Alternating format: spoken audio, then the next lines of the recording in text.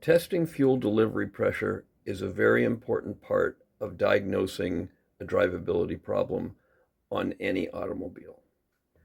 This is a fuel pump and vacuum tester that you can get at Harbor Freight. It's only about $16 or $17, and it will allow you to do fuel pressure checking on typically a carbureted car, not a fuel injected car. They're saying you test pressure up to 10 psi and vacuum up to 28 inches of mercury on mechanical and electrical fuel pumps.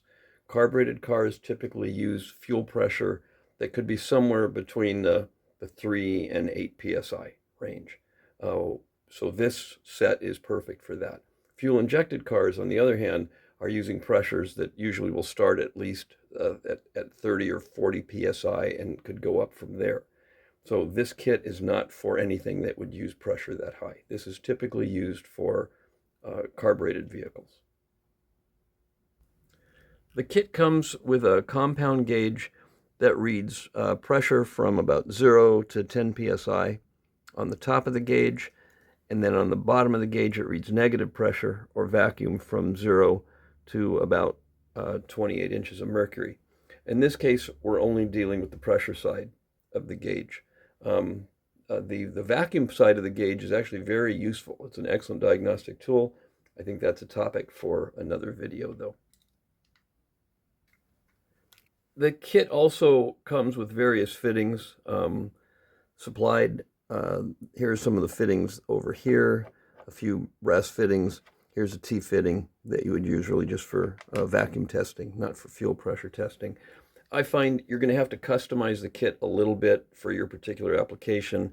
Like the things that I have on this side, a T-fitting is really handy.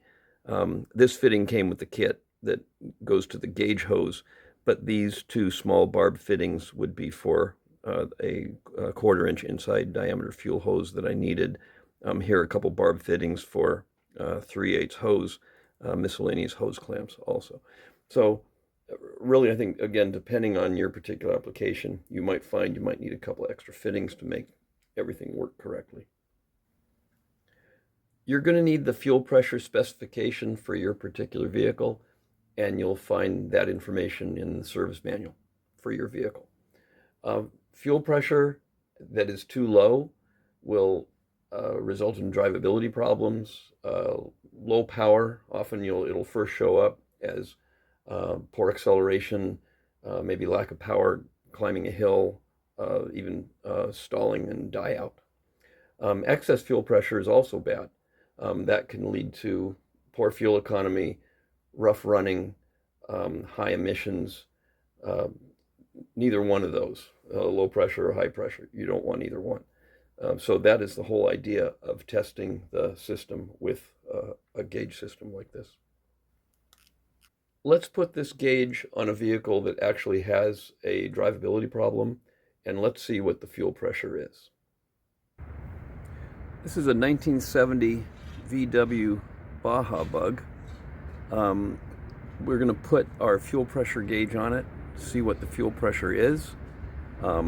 This is obviously not stock. It's still using our mechanical fuel pump through a fuel filter, and then our two fuel lines go out to twin Weber IDF 44 carburetors. And we're going to see what the fuel pressure looks like.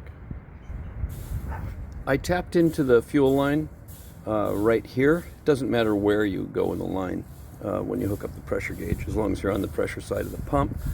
Also, anytime you open up a line and you're going to do pressure testing or fuel volume testing, always have one of these with you, a fire extinguisher, and be alert for any possible leaks. According to my Robert Bentley service manual for the 70 VW, this should have 3 to 5 psi fuel pressure, but again, that was for the original carburetor, which was a single carburetor. I've got the dual Webers on it now. The Webers should have between 2.5 and 3.5 psi, with 3 being optimum. So we're going to find out what we've got.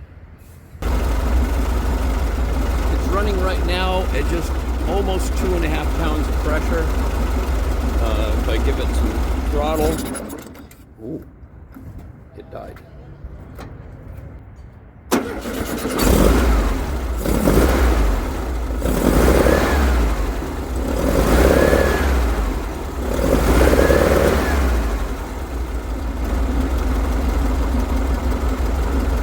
Okay, it started right up again.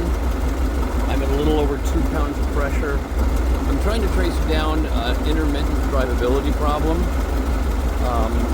but I'm pretty satisfied considering when it died we were still at a little over 2 pounds of pressure.